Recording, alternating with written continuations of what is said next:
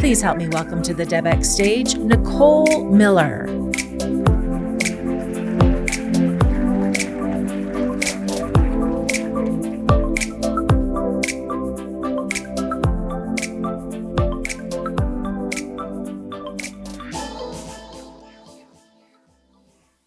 For 35 years, I worked in technology, a male-dominated industry, a career that made me feel like a real outsider. For most of those years, I felt like success was happening behind a door I couldn't open. But 10 years ago, I found the keys to the men's room. This isn't a story about becoming one of the guys. It's a story about how I stopped trying to fit in a room that wasn't built for me, and I found my own way to succeed. It's been quite a journey, and for the first 20 years, it seemed like I didn't have access to the same opportunities. To be accepted, I needed to change or make adjustments to fit in. How many of you have ever felt this way? That being you wasn't enough? Or found success was just out of reach? Well, that's how I felt. Every day, always swimming upstream, trying to fit in, yet not knowing why it was so hard. I was a top performer, likable, yet I still never felt like I got the recognition I wanted. Yet the men around me, seemingly always on top, easily being understood, getting recognized and promoted. But in this man's world, I'd hear things like, "You don't need the promotion. He's got the family to take care of. Why don't you toss the football with the guys and show how adaptable you are? Try that in heels." And then there's golf. For my entire career, men would coordinate golf games as meetings right in front of me, yet never inviting me or my female colleagues. Oh, I inserted myself once or twice, only to find the awkward tension left me wishing I had just stayed out of it. It was clear I didn't fit in, and that made me feel small. And the real conversations at work, those were happening in places I wasn't even invited to. Let's face it, work was a male culture, and I'm not a man. Look, I know I chose a career in a male-dominated industry, and having grown up with 2 older brothers, I thought I was made for this boys' club. But maybe I wasn't. It felt uncomfortable, like a fish out of water, inauthentic. All that trying to fit in not only felt hard, it created issues. And in one unexpected moment, it all became real, and I finally understood. I had just come home after asking the team to pull overtime on a Saturday. I had just done the biggest thing in my leadership career. I used my power. I led a large team to hit a deadline, a software ship date no one had hit in nearly a decade, and the team was thrilled. But when I got home that day, the phone rang. When I picked it up, I heard the voice of my boss. "What have you done?" I had to think. What had I done? While my brain raced for that answer, he said, "Nicole, you have single-handedly ruined the company, ruined everything I've built. You made the team work on a Saturday. You are incompetent, and you're not a good leader." I froze in shame, and then a slight whimper slipped out. And then he said the words I'll never forget. "You're unreasonable to cry. I can't talk to you because women just cry." Click. That moment didn't just change my day, it changed me. It was confirmation that he saw women as weak. So it wasn't okay to be myself, express my emotions, or be real. That's why I didn't fit in. After that moment, I struggled even more. I kept adjusting my presence to fit into these all-male systems and to be accepted. I started to question myself relentlessly.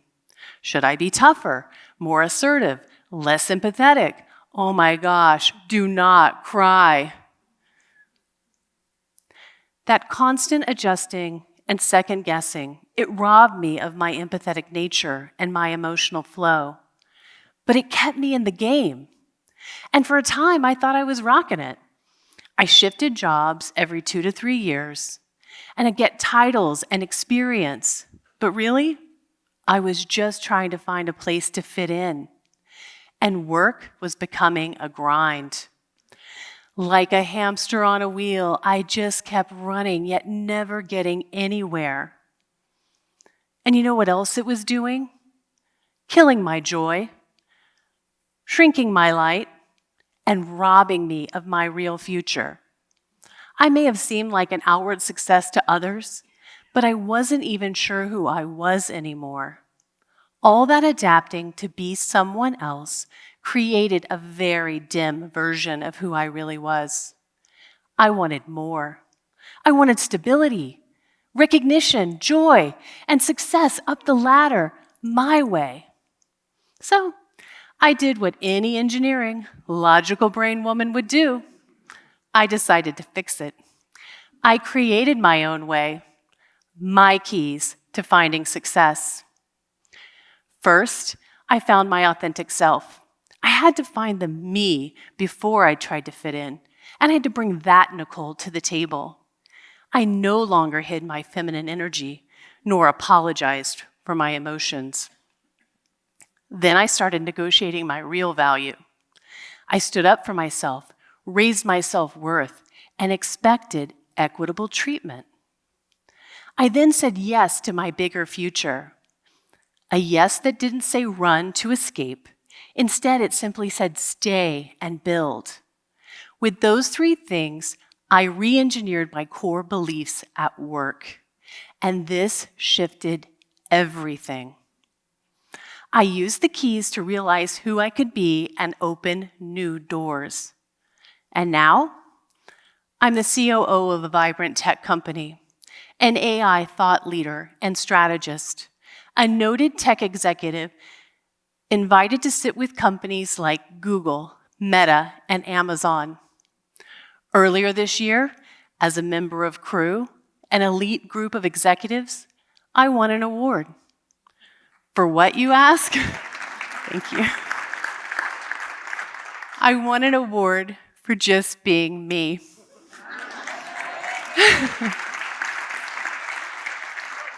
And in another twist I never saw coming, just a few weeks ago, I was promoted to president of the company.